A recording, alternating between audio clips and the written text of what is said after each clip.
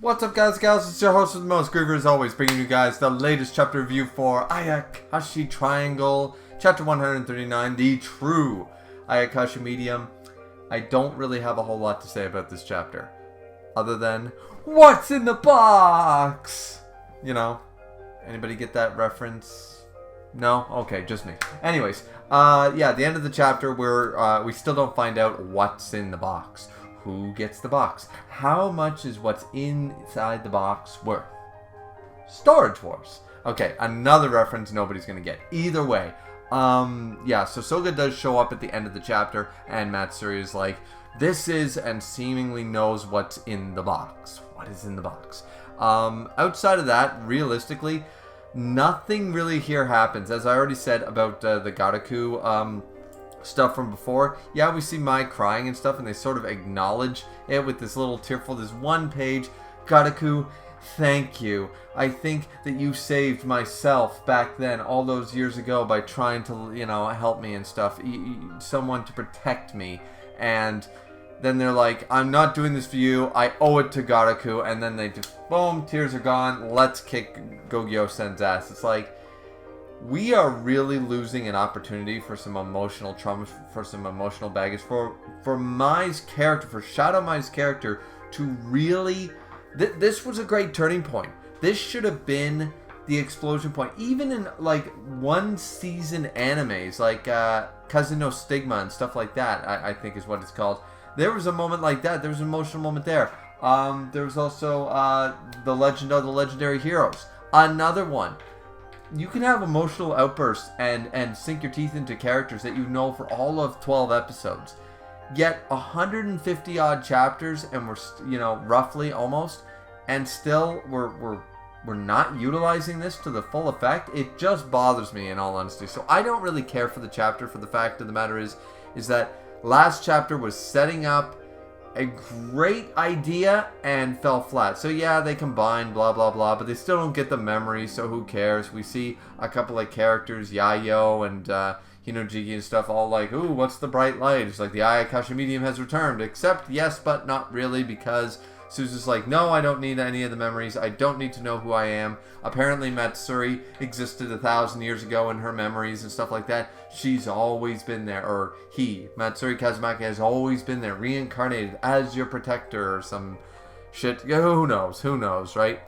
It's supposed to lead to something, but at this point I'm so disappointed with the potential of plot threads and the wasted potential at this point, that I really don't care about this whole, oh, it's Matsuri from 1,000 years ago. What does that mean? No, I feel like they're going to fall flat once again with that. There's so much potential, and I almost feel like I'm reviewing the end of Seven Deadly Sins, where I gave so many better plot lines. I gave three-dimensional, makes sense, crazy theories. You guys can definitely go check out those videos years ago.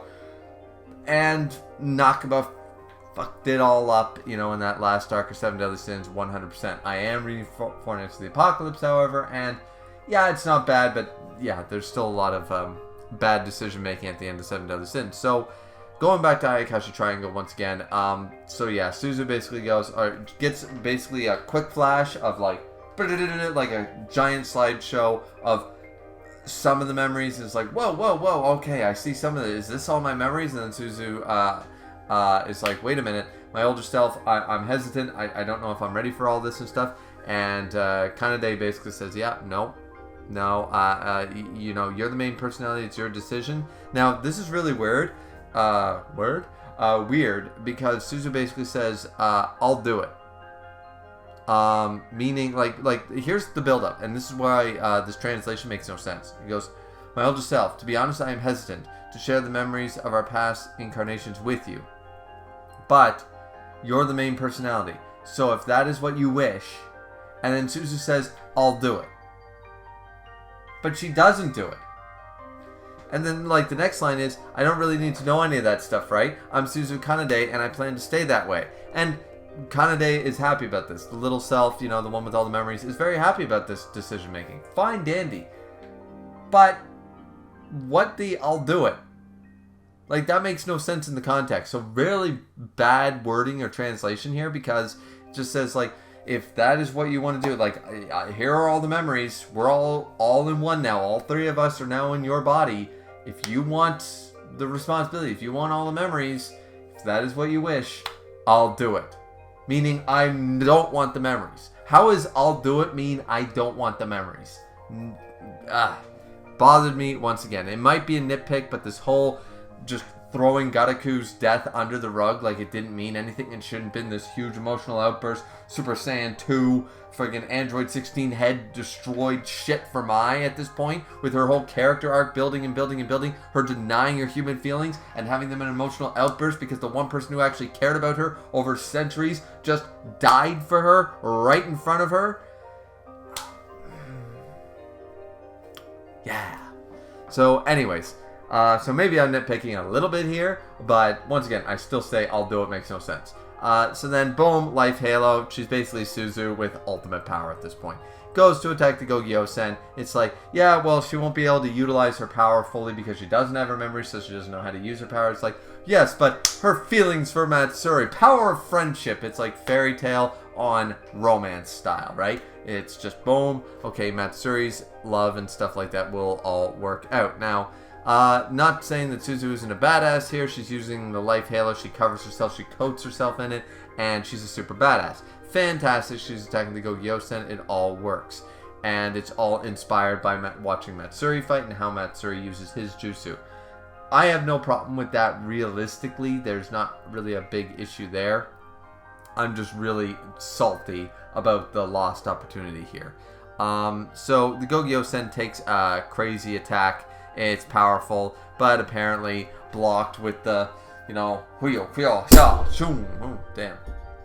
Don't hit that. Anyways, yeah, so all that stuff, doing all the different, like, Naruto, jutsu signs and shit, and basically states at the end of the chapter here, romance is nothing but a delusion, don't get cocky, girl, and Suzu, while sweating, still has the Life Halo, so that it wasn't like a one and done. She's still the Ayakashi medium, she's still able to dish it out. So it's Gogyo-sen versus Suzu at this point. That's when, once again, at the beginning, I talked about the end of the chapter where Soga shows up and boom, your mom sent this. This is what's in the box. And that's basically the end of the chapter. So, once again, is the chapter okay on its own merit? Sure. Is it bad because of what happened last chapter and I fault this chapter for not doubling down on the potential? 110%. 110%. Like here's 100. We're up here, baby. We're up here with my level of saltiness and disappointment here. We had a chance. A great chance. Even Fairy Tail doesn't drop the ball like this. Like there are so many opportunities in otherwise very good mangas, right? Currently, Yona the Dawn has been dropping the ball a little bit. We had Seven Deadly Sins drop the ball near the end. Hardcore in the last 50 chapters of that. The last mini arc before the end of the series, dropping the ball hard. Fairy Tail, now and again, was really, really stellar, but sometimes just dropped the ball, trying to get an emotional payout, but just didn't know what to really put or say. Here, it's like, it's right in front of you, it's obvious, and it's not even that they're trying with the wrong person, they're not trying at all, and it's very frustrating. Very frustrating. So, is 139 a bad chapter? No. In the context of the whole story and character arcs, is it a problem? 100%. So, that's my spiel on that. Probably this will be under 10-12 minutes, easy, because it's just basically, here's what happened, I'm ranting, god damn it, like, why are we only doing surface level shit? We're chapter 139. We should be doing some high level emotions. We've known these characters for 139 chapters at this point. There is emotional investment for anybody who's been reading up until this point. Double down on it, triple down on it, and we'll love it. It's literally a romance slice of life comedy manga. When you get emotional in a comedy, it's golden. How many people cry at sitcoms, popular sitcoms? How I Met Your Mother, Big Bang Theory, Friends, any of these, big time sitcoms, when there's an actual emotional moment for our characters, when they're upset, when they're crying, when somebody breaks up, we actually, like, it's a comedy, So when it goes serious, it feels that much more serious than your average show, I would argue, if done right. Where this is a big fan service Ichi comedy series, it would definitely work to the benefit to double down on the emotions. At this junction, we're 100+ chapters in. It's time. And you keep dropping the ball. You gotta step it up. That's all I'm saying. What do you guys think? Let me know down in the comment section down below. Don't forget to like, comment, and subscribe as always. And we'll see you guys back here next time for chapter 140. Maybe I won't be as salty about that one. No promises. Anyways, sayonara everybody.